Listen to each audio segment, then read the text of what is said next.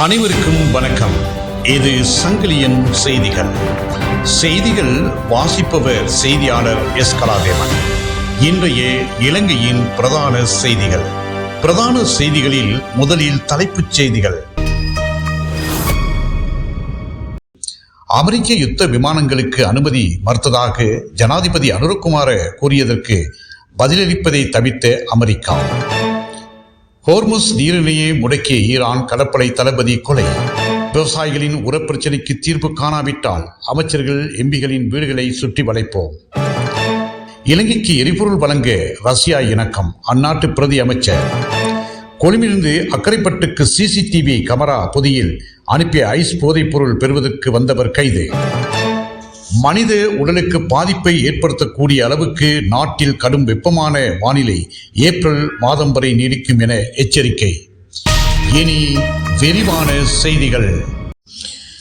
அமெரிக்க யுத்த விமானங்களுக்கு அனுமதி மறுத்ததாக ஜனாதிபதி அனுரகுமார கூறியதற்கு பதிலளிப்பதை தவிர்த்த அமெரிக்காவின் 2 யுத்த விமானங்கள் மத்தளை விமான நிலையத்தில் தரையிறங்குவதற்கு இலங்கை அனுமதி மறுத்ததாக ஜனாதிபதி அனுரகுமார திசாநாயக்க தெரிவித்ததற்கு அமெரிக்கா பதிலளிக்காது தவிர்த்துள்ளது. இலங்கைக்கும் அமெரிக்காவுக்கும் இடையில் நீண்டகால பாதுகாப்பு கூட்டாண்மை நிலவுவதாகவும் அது வெளிப்படைத்தன்மை, பரஸ்பர மரியாதை மற்றும் பகிர்ந்த நலன்களை அடிப்படையாக கொண்டது என்றும் கொழும்பிலுள்ள அமெரிக்க தூதரகத்தின் ஊடக பேச்சாளர் ஒருவர் தெரிவித்துள்ளார்.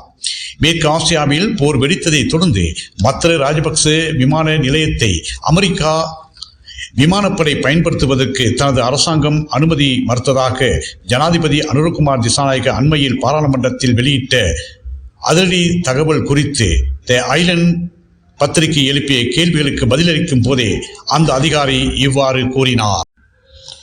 ஹோர்முஸ் நீரிணையை முடக்கிய ஈரான் கடற்படை தளபதி கொலை. இஸ்ரேல் அறிவிப்பு, ஈரான் மௌனம்.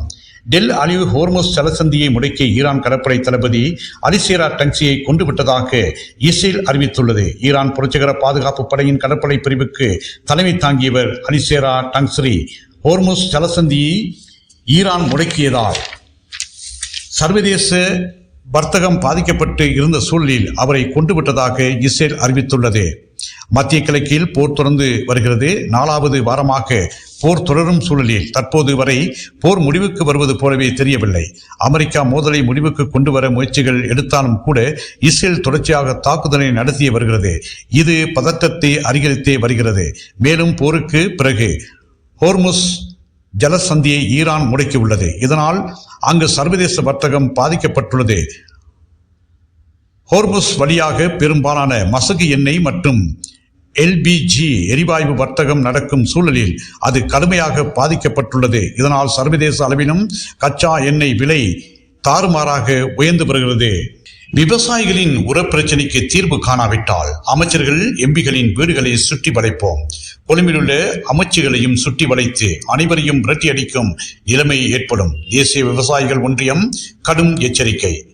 விவசாயிகள் எதிர்நோக்கும் உரப்பிரச்சனைக்கு அரசாங்கம் தீர்வு காணாவிட்டால் விவசாயிகளின் பொறுமை இழப்பார்களாக இருந்தால் அவர்கள் வீதிக்கு இறங்கும் நிலைமை மாத்திரமின்றி கொழும்பிலுள்ள அமைச்சுகளையும் அமைச்சர்களின் வீடுகளையும் ஊர்களில் உள்ள தேசிய மக்கள் சக்தி எம்பிகளின் வீடுகளையும் சுற்றி வளைத்து அவர்களை விரட்டியடிக்கும் நிலைமையும் ஏற்படும் என்று தேசிய விவசாயிகள் ஒன்றியம் எச்சரித்துள்ளது. தேசிய விவசாயிகள் ஒன்றியத்தினால் நடத்தப்பட்ட செய்தியாளர் சந்திப்பில் உரையாற்றிய அந்த சங்கத்தின் தலைவர் அனுர தின்னகோனே இவ்வாறு கூறினார். இதன்போது அவர் மேலும் தெரிவிக்கையில், தற்போது நாட்டில் விவசாயிகள் உரப்பிரச்சனையால் பெரிதும் பாதிக்கப்பட்டுள்ளனர். உரம் இல்லாமல் விவசாயிகள் விவசாயம் செய்ய முடியாது. இதனால் உரத்தை கொண்டு வருவதற்கு அரசாங்கம் முறையான வேலை திட்டங்களை முன்னெடுக்க வேண்டும். இப்போது நாட்டில் கையிருப்பில் இருக்கும் உரத்தின் அளவை கூற வேண்டும். யூரியா உரம் எங்கே இருக்கிறது என்று கூற வேண்டும் என்று அந்த சங்கம் எச்சரித்துள்ளது. இலங்கைக்கு எரிபொருள் வழங்க ரஷ்யா இணக்கம். அந்நாட்டு பிரதி அமைச்சர் உறுதி. இலங்கைக்கு சுத்திகரிக்கப்பட்ட எரிபொருளை வழங்குவதற்கு ரஷ்யா இணக்கம் தெரிவித்துள்ளது. இலங்கைக்கு உத்தியோகபூர்வ விஜயம் மேற்கொண்டுள்ள ரஷ்யா எரிசக்தி பிரதி அமைச்சர் ரோமன் மார்ஸ் தங்களுடன் நடத்திய கலந்துரையாடலில் உறுதியளித்துள்ளதாக இலங்கை பெட்ரோலிய கூட்டுத்தாபனத்தின் முகாமைத்துவ பணிப்பாளர் மயூரா நெத்திகுமாரகே தெரிவித்துள்ளார். இதன்படி சுத்திகரிக்கப்பட்ட பெட்ரோல் மற்றும் டீசல் என்பன விரைவில் ரஷ்யாவிலிருந்து இலங்கைக்கு கிடைக்க உள்ளதாக மயூரா நெத்திகுமாரகே குறிப்பிட்டுள்ளார். இதேவேளை ரஷ்யாவின் எரிசக்தி பிரதி அமைச்சர் ரோமன் மார்ஸ் ஜனாதிபதி அனுரகுமார் திசாநாயகவை நேற்று மாலை ஜனாதிபதி செயலகத்தில் நடைபெற்ற ஏற்பாடுகள் செய்யப்பட்டிருந்தது. இந்த சந்திப்பின் போது இலங்கை மற்றும் ரஷ்யாவுக்கு இடையிலான எரிசக்தி துறையிலான இருதரப்பு ஒத்துழைப்பை வலுப்படுத்துவது குறித்து விசேட கவனம் செலுத்தப்பட்டது. கொழும்பிலிருந்து அக்கரைப்பட்டுக்கு சிசிடிவி கமரா பொதியில் அனுப்பிய ஐஸ் போதைப் பொருள் பெறுவதற்காக வந்தவர் கைது. கொழும்பிலிருந்து அக்கரைப்பட்டிலுள்ள ஒருவருக்கு தனியார் பஸ் ஒன்றில் அனுப்பப்பட்ட சிசிடிவி கமரா பொதியை பெற வந்த இளைஞரை அந்த பொதியில் இருந்து 34 கிராம் ஐஸ் போதைப் பொருளுடன் நேற்று வியாழக்கிழமை கைது செய்துள்ளதாக போலீசார் தெரிவித்தனர்.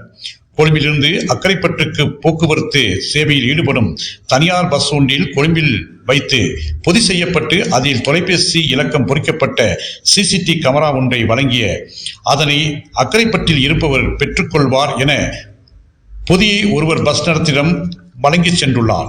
இந்த கடத்தல் தொடர்பாக போலீசாருக்கு கிடைத்த தகவல் ஒன்றினை அடுத்து அக்கரைப்பட்டு போலீஸ் நிலைய பெரும் குற்றத்தடுப்பு பிரிவு போலீஸ் பரிசோதகர் பகீரதன் தலைமையிலான குழுவினர் நேற்று வியாழக்கிழமை அதிகாலை 3 மணி தொடக்கம் நகர்ப்பகுதியில் கண்காணிப்பில் ஈடுபட்டனர். இந்நிலையில் அந்த பஸ் அக்கரைப்பற்றை வந்தடைந்த போது அதனை நிறுத்தி வைத்துள்ளனர். அவ்வேளையில் பஸ் நடத்துனர் அந்த பொதியில் இருந்த தொலைபேசி இலக்கத்துடன் தொலைபேசியை கொண்டு கொழும்பிலிருந்து அனுப்பப்பட்ட சிசிடிவி கேமராவை எடுத்து செல்லுமாறு தெரிவித்தார். அவர் பொதியை வழங்குவதற்கு வந்தபோது அங்கு மறைந்திருந்த போலீசார் 20 வயதுடைய அந்த இளைஞனை கைது செய்ததுடன் கமரா பொதியில் மறைத்து வைக்கப்பட்டிருந்த 34 கிராம் ஐஸ் போதைப் பொருளை மீட்டுள்ளனர். மனித உடலுக்கு பாதிப்பை ஏற்படுத்தக்கூடிய அளவுக்கு நாட்டில் கடும் வெப்பமான வானிலை ஏப்ரல் மாதம் வரை நீடிக்கும் என எச்சரிக்கை.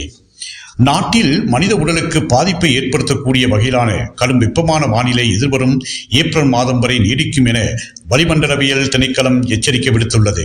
இது தொடர்பில் ஊடகங்களுக்கு கருத்து தெரிவித்த வளிமண்டலவியல் திணைக்களத்தின் பணிப்பாளர் மெரில் மெண்டிஸ் சர்வதேச ரீதியில் கடந்த சில ஆண்டுகளில் சராசரி வெப்பநிலை வழமை விட 1 முதல் 1.5 பாகை செல்சியஸ் வரை அதிகரித்துள்ளது.